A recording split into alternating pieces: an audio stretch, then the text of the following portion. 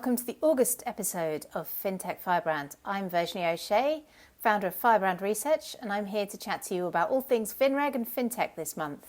Now, it's a bit late in the month, as you may have noticed. I've actually been out on holidays for some of the month, as much of you may have managed to grab a holiday in there. I actually didn't manage to go abroad this year, same as last year. I had to go down to the coast in the great British countryside, and the summer being what it is, there was a bit of rain, but it wasn't too bad. So hopefully you've all had some good holiday season and you've enjoyed yourselves and are ready to chat about fintech. And once conference season kicks off in September, you're all raring to go. On the topic of holidays, unfortunately in Europe, we've not had much from the EU regulators over the last month. It has been a little quiet, let me put it that way, from ESMA. If you look at their social media accounts, I think they've been reposting everything that they've been talking about over the last 6 to 8 months. So certainly not too much new from that side of things. But the US have continued to work on. So we've seen some interesting moves from the SEC. Just this week, in fact, Gary Gensler has been talking about their ongoing investigation into how user experiences are impacting investor engagement with brokers and wealth managers in particular in the US. And this has all come from some of the stuff that happened earlier in the year around GameStop, as I've been talking about endlessly on this, I think. There's a lot of interest and understanding in how gamification may be influencing and biasing user behavior in the retail trading space. Now, there's not been too much in the way of user experience improvements on the institutional side, which actually might be a benefit to the industry that we've been so slow on that front. But certainly that will be in scope as well, just to assess whether there is fairness in the AI and the data analytics and the positioning of various investments to both institutional and retail shareholders and stakeholders in the market. So certainly expect more from that. It's very early days at the moment on that front. There's also been some interesting movements and discussions from the CFTC viewpoint. Now, I've been talking for the last 3 months, I think, about the fact that we don't have a confirmed CFTC head. We now know that Rostin Benham, who is currently in situ as the acting head, is going to be put forward to become the permanent head of the CFTC, or permanent for this next term. So certainly there has been movement there. It's been very slow. I mean, 8 months into the year and we still didn't have too much clarity on it. Hopefully that will get confirmed and that will happen.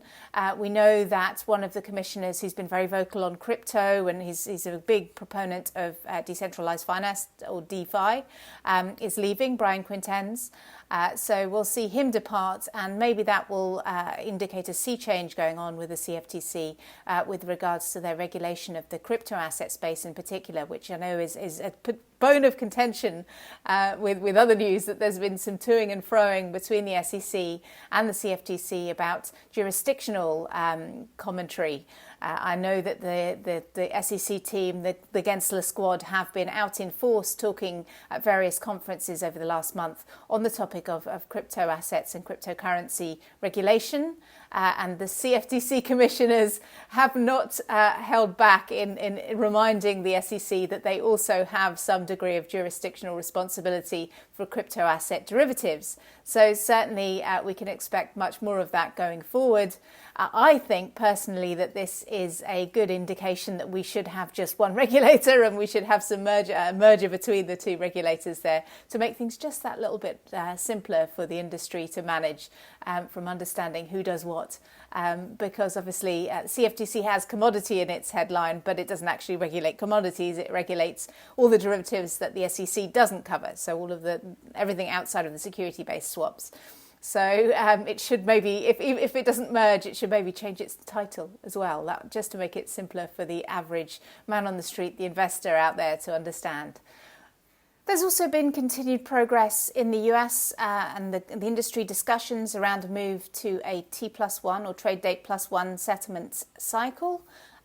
Key industry groups, including CIFMA, have released more information out to the industry about their discussions on that topic, and certainly the DCCC has been a key proponent in the move. So we're seeing much more movement, much more discussion across the industry on the topic. We can expect it to be a huge topic during conference season. In fact, I'm speaking on several panels on that subject alone. And we've also in Europe got CSDR coming in, the Central Securities Depository Regulation. And we still have yet to have clarity from ESMA. Hopefully when they come back from their holidays, we'll hear a bit more about whether the buy-in regime is coming in into force alongside the penalty regime. But at the moment, we don't know. So certainly there's been a sort of holding pattern on that topic. But some progress has been made in terms of implementations within large financial institutions in adapting to settlement penalties in terms of workflow and support for those internally. Certainly a lot of the vendors are working on that at the moment, so to be ready for the deadline early next year. So certainly we've got a lot of work around settlement to come and into coming years with regards to a shortening of the settlement cycle in the US and beyond. And on the topic of settlement, Firebrand Research have just put out our statistics with regards to securities and derivatives processing and the state of post-trade technology across the industry based on research with different financial institutions across the globe, where we've benchmarked maturity or digital maturity within the realm of middle and back office. Now, it's quite a broad area, but certainly we looked at things like whether firms have adapted to real-time processing, and unfortunately 43% of firms have not. They're quite a way off that. A lot of very old systems out there, and an average of 9.1 different post-trade systems or core processing systems in place at the average bank out there, which is quite worrying, given that means we've got a lot of silos to deal with. And when it comes to post-trade updates, such as a move to a T+1 settlement cycle, means you're going to have to adapt 9 different systems to be able to support that, which is quite challenging, to say the least, in terms of IT implementations. Before ESMA headed off onto its holidays in the month, I actually also want to mention a paper that was put out looking at what they called Fintech in capital markets. Unfortunately, the paper seems to be 90% distributed ledger technologies within the realm of post-trade infrastructure in particular. And I think that's a bit of a short-sighted view from the perspective of the regulator. Certainly there are a lot of interesting technologies out there that are having a massive impact on post-trade that have nothing to do with the blockchain. The likes of AI, for example, there's some very interesting adaptations there, lots of things to do with data analytics tools, data services being developed, let alone things like APIs and API strategies and how far they've come. I'm also working on some research, putting out some interesting case studies on how APIs have impacted everyone from large buy-side firms through to large vendors. So look out for those in the coming months. But certainly there's a lot to be had from examining these different technologies and their capabilities beyond just the blockchain, which I would say still is at the infant stage of development across the industry. So please, regulators, listen to me and listen to the industry. The feedback from their recent digital finance assessment or consultation should have indicated from the buy side's perspective that they're a lot more interested in AI and data analytics than they are the blockchain. It certainly came out within the different pieces of feedback from the different associations across the industry. So certainly that's one of my bugbears, and that's something that we have to bear in mind with regards to technology. Don't be blinded to developments just because one key technology has come to the fore. And now my final thoughts for the month should be very quick. This month I've been looking at all things related to mergers and acquisitions. And I posted a blog earlier in the month on that topic, which I encourage you to read and give me feedback on. But if you look at the record number of mergers and acquisitions going on across the industry on an annual basis, and particularly this year has gone up significantly, and in terms of scale, scope and the size of the mergers, I would say that there are certain things that you have to look out for and certain challenges, and a lot of them relate to operational processes, they relate to culture, and some of the challenges related to people.